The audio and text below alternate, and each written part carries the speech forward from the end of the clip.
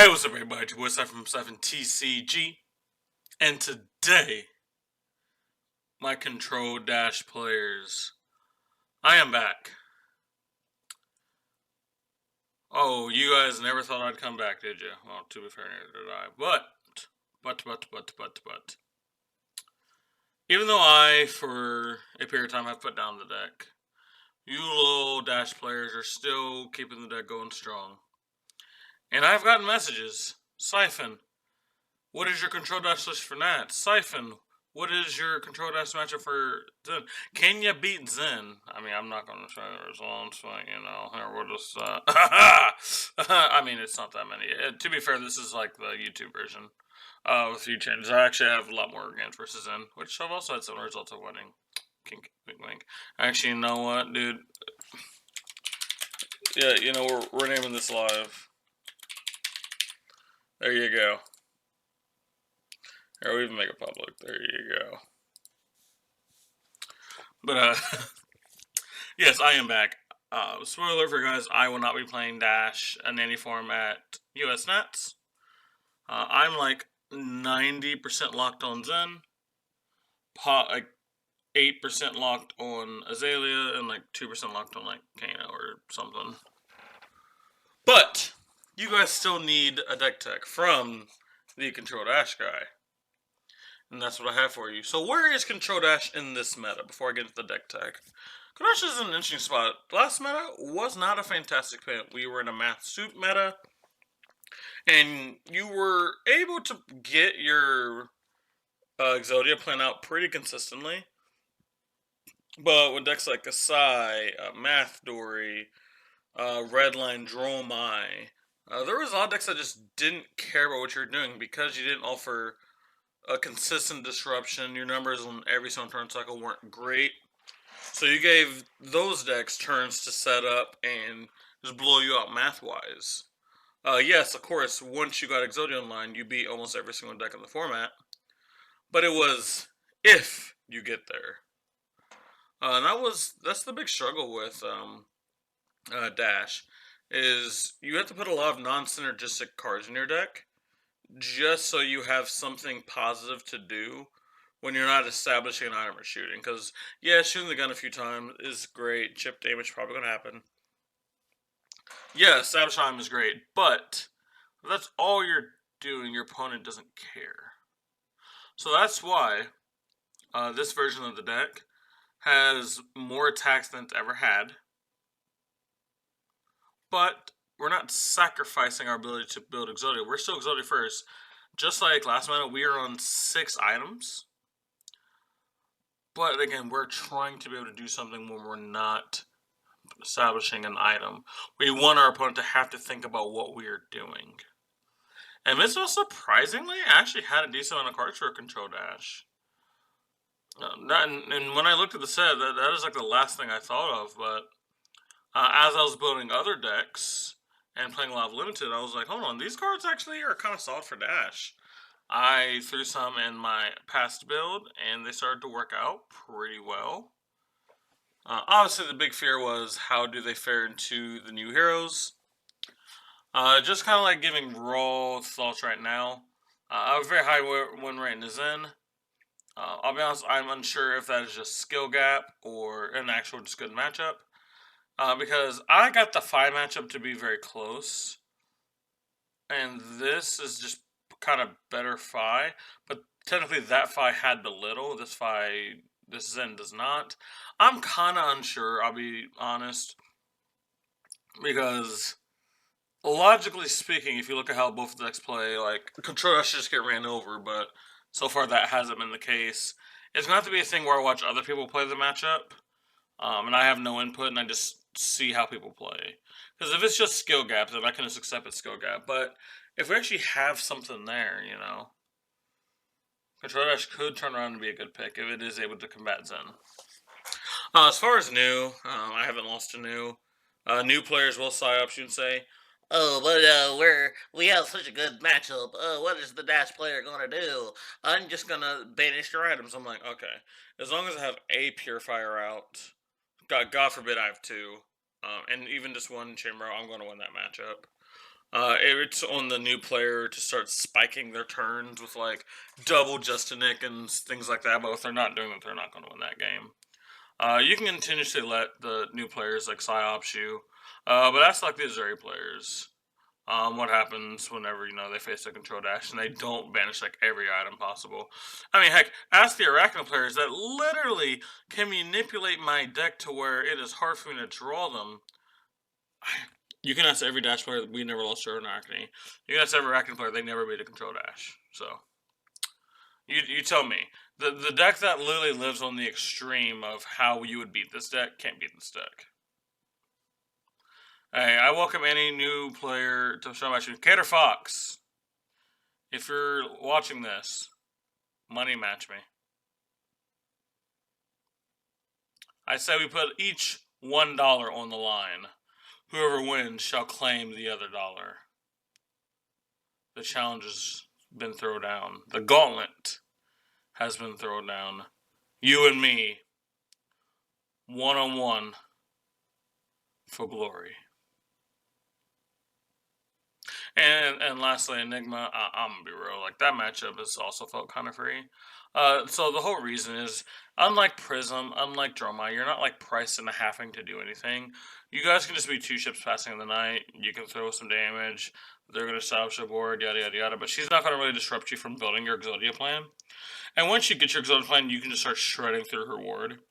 It's a matchup that's probably going to be like 20 turns. Neither side is going to have a ton of fun because unless like the dash gets override super early, it's just going to be a grind fest. It's not for the weak minded. It is not. But let's go and get into the deck list. So again, the idea of this deck list is we want to be able to have actions that we can do other than establishing an item that are still impactful, either damage-wise or having a non-hit effect. So going on to the equipment, the starting equipment, obviously Balance of Justice. Past metas we play Crowd of Prominence, past metas we play Arcanite Skullcap, and I currently land on the fact that I think Balance is good enough to be the solo headpiece. With Brute, with Ninja running around, it's probably likely within the first, 6 turns that you have the ability to turn this on. And if you can turn this on very early and stuff one of the big power turns early, you're looking pretty good for the rest of the match. Now, obviously, the later they do it, if you have less defensive tools, it can be a little bit awkward. But the bridge that the Balance Justice gives you defensively is absolutely amazing. Tunic. What more can I say? It's just goated, and like this is one of the best Tunic decks in the whole entire game. We're still on the base arms and legs as we show our own Evos. We do not have the displeasure of playing Iron Hides anymore. Iron Hides were like technically good because you could just pitch a blue and have an onboard D-React, but that was kind of it. But like the effective health you get out of the Evos now is absolutely amazing. And then finally, Tectoplasm Pistol. You'll never see this built without Tectoplasm Pistol. It's what the deck is built around. Going into the main deck, we have a 60 cards, and if you guys know my deck building philosophy, I like to be as first as possible in my main deck, so I can start adding troll cards to my side deck. But no, the actual reason is you have to be hyper specific with how you sideboard your cards, and if you end up being wrong with what you sideboard versus, you could get blown out by a lot of decks. So I want my main deck to be able to do as many things as possible, as often as possible, so I don't get punished if I do not bring the correct sideboard to an event. First from 6 Battlefront Bastions. I'm not gonna lie, this is like my new Raging Onslaught. Like, this is becoming my favorite card in the whole entire game. As long as you go, Raging Onslaught was like my pet card. I tried to stick in a control dash whenever I could. Even had an Iceland for a little bit. But this is just filling that row, except being better, where it can technically still be a 3-block if it's by itself, but it has the diversity of being able to float prevention. So versus like Assassins, you can block the first dagger with this. If they swing the next dagger, you have a floating prevention, and they're not going to bring Embrace into you. So that one prevention's pretty good. Sometimes they don't even swing their next dagger. And then you get to just have one extra prevention for their attack. So if they come in with like a Leave No Witnesses and you D-React, and now you're still blocking 5 where if they try to Fang Strike, it's still not going to hit. It creates a lot of good play lines. So yeah, we're playing the red and the blue. CNC, staple card. This gives us some form of interaction. We tell our opponent, hey, you have to do something about this. And at worst, it's on rate. It's 2 for 6. If you already have a floating counter somewhere, you can shoot pistol into this and it becomes 8, which, 2 card 8, pretty good. Pretty good. E-Strike, kind of the same thing here. Not disruption, but just good numbers and diversity.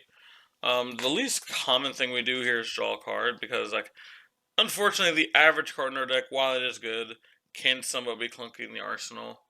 While yes, you would think, oh, if I just E-Strike and I draw this round to me, that's fine. And not really. If I just draw a Magenta Protocol, that's fine. There are plenty of good targets. Like, I don't mind, like, a Rowdy Locals, one of the 6s, a D-React, an item. I don't mind that being there.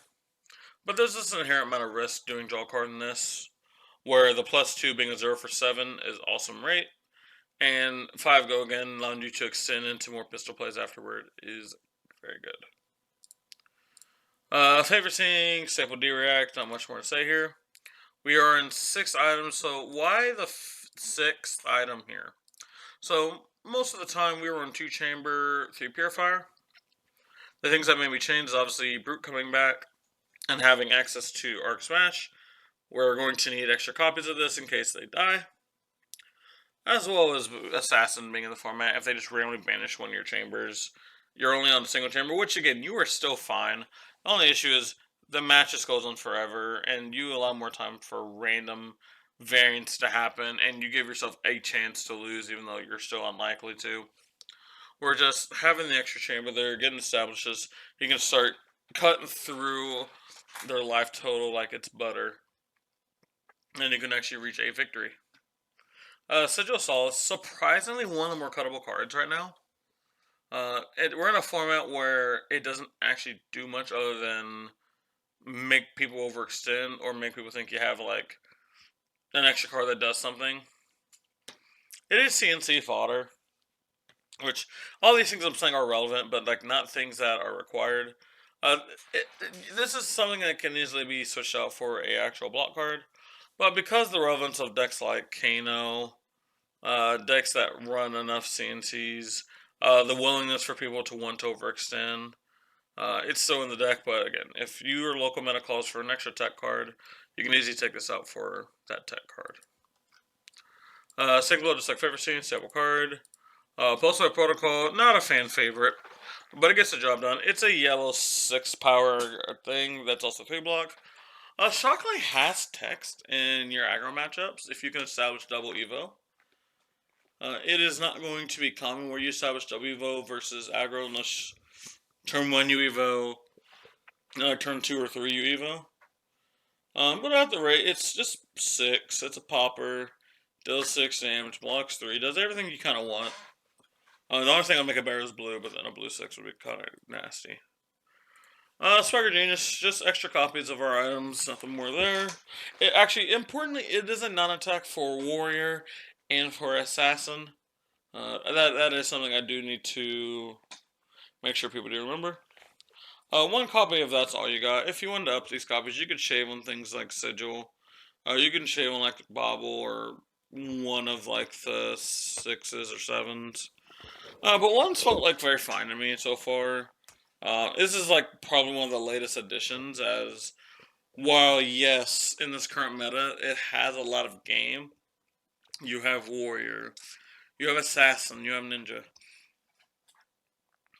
Drawing a random card isn't always like going to win us a game unless our opponent decides to go super wide.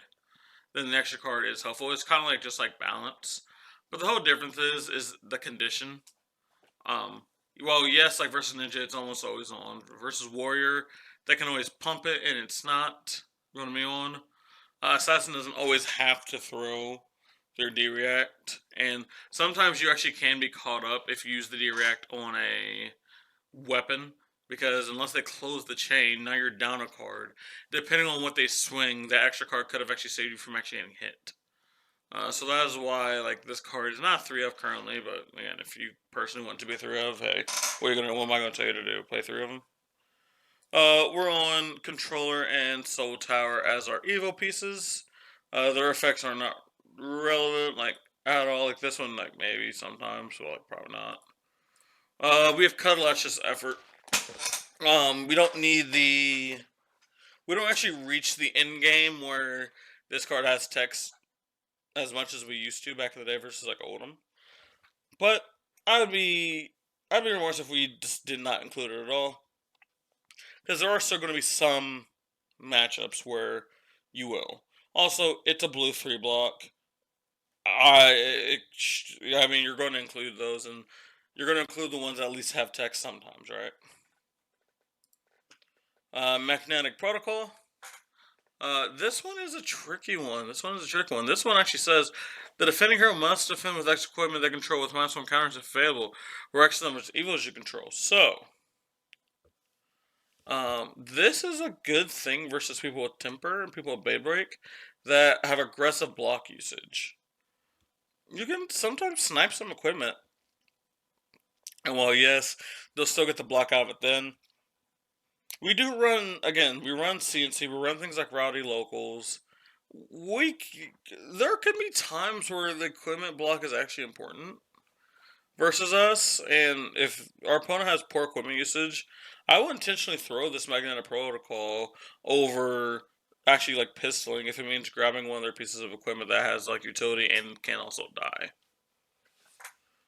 Oh, Rowdy Locals. This is the most Payton card I've ever seen. If you people know who Payton is, you get it. Rowdy Locals is a card that everyone said, oh, dude, Fide just abuses this card. Fide just abuses this card. And Fide uses this card very, very well. Absolutely. I still think we might be the best Rowdy Locals deck. Here's the reason why. Go back to what I talked about the earlier thing. We want to be able to do something and make our opponent have to think about it. But even still, like, CNC needs to have a card in Arsenal for it to have text. Yeah, this one needs Evos. This one is... Yeah, this is the thing. So, honestly, we don't actually have that many on hits. Or this actually, especially the later the game goes, gets us on hit. Also, this is not easy to block. Any deck that doesn't run a lot of reaction cards, oh, they're going to hate this card. It's either you give me some armor on a fucking 0 for 2, or you're giving me 2 cards. And if I send this Rowdy Locals at someone, and I just keep 1 card in hand, a lot of times it's a card I intend on Arsenaling anyway, because I'm like, yeah, this is not going to hit. I'm so satisfied with 2 for 1 my opponent. But if for some reason they let it hit, you know what? I'll trade a card for a card. That seems fine to me. It's causing action, which is the one thing that this deck needs. I need my opponent to, like, slow themselves down so I can build up my board state. And that's exactly what this card does. And it's also blue block 3. Who knew? This round's on me. Makes another appearance. Versus things like Zen. I am super shaky about when I'm supposed to fire this off. Because there are times where this can literally have 11 points of value. And it's like the most broken card ever year. But you take that same game where it's on points of value, but what did they allow the Zen to actually do? Like, if it got 11 points of value, but they net got 13 points, well, I still took 2 extra, right? Just by playing it. And if the card didn't actually allow me to do something specific, it just wasn't worth it. But being a blue block 3 non-tech action, we still do take those, definitely. Throttle, it's a blue block 3. We do occasionally boost in this deck. You boost when you've seen a lot of non-net cards in a row, and you have a big hand. You can take a chance and boost. Like, your hit rate's still pretty high. Even if you do fail, as long as you don't get rid of, like, a D-React or something, or I guess technically you don't really get rid of an item either. It's not, like, the worst thing. Honestly, you'd rather hit, and again, like I said, you're not boosting a ton, but you do have the avenue to play a little bit more aggressive in certain spots. Titanium Bobble. This is a fan favorite card that I put into the deck. A lot of people loved it when I put it into the deck a few metas ago, and I have not taken it out. The relevance of Assassin, the relevance of Warrior. Uh, we're always just going to be playing this until those decks like just leave the meta. It's a card that has no text, and because it has no text, they can't mess with it. They can't do anything. I love this card. Give me my cold full titanium bottles, damn it. Last card's Warmongers. Azalea, I'm gonna ask you politely to fuck off. That's about all I have. Azalea, please fuck off. Love you, boo. Going on to the inventory. So what we're doing here with our inventory, we have 2 6 attacks, and we have 2 D-Reacts, and you're going to apply whichever ones matter more, if you're even adding the cards in the matchup anyway. Blanche has become another really good... Oh, it's by Mark Poole too, my boy. Blanche has become a card that's like secretly became really good. Most people were obviously talking about like the Battlefront Bastions, the weakest link, but like a lot of it wasn't talking about Blanche until recently. Like think about what Blanche does. All of the new heroes care about color. Think about Prism, cares about yellows. Bolton, depending on the build, cares about yellows. Fi cares about reds. Dromai, if she was so meta, cares about reds. The cops don't care about. Just kidding. Alright, that was a little edgy, I'm sorry. But, this surprisingly has a lot of text versus a lot of decks. Like, more decks than I thought. Like, the more I kept going through the list, I was like, well, yeah, it hurts this deck, it hurts this deck. No, yes. Is Blanche going to win you the game? Well, technically sometimes. But no, it's just there to be a 3 for 7 that can occasionally make a player stumble if they're a colors matter deck. Same thing with Weakest Link. Weakest Link is only there for a few decks. Decks that have no blocks but cannot, well, 2 things. If they cannot deploy them at instant speed, we just get to take them, which is awesome. Also, at the very least, we get to look at their hand if this hits a hero, which I'll definitely take every single day. But alternatively, it can make them play stuff out in optimal times. Like if a Prism has to like play out Nora on our rotation and then can't really do anything on their turn, that's awesome. If a Kano has to in response Kanoing on the opponent's turn randomly is not good, but we can force that kind of action. So Weakest Link. Also, that's a 2 for 6. We don't get that. We don't get that often. Mother Federico Mazzetti, dude, we're just getting all the fucking hits this set. Unmovable Hold Line. Unmovable is going to be for your big decks that go super tall. Hold Line is going to be for your Ninja and Brute. Same thing your balance is for. Going to the spare equipment, we have Achilles Sauter. We're only running AB1 in this build. I'm not going to lie. AB3, even AB4 is not going to save you versus Kano. As a Kano player, I promise you, if you present AB4 and you're playing Control Dash, you will lose every single one of those games because we're just going to pitch stack you.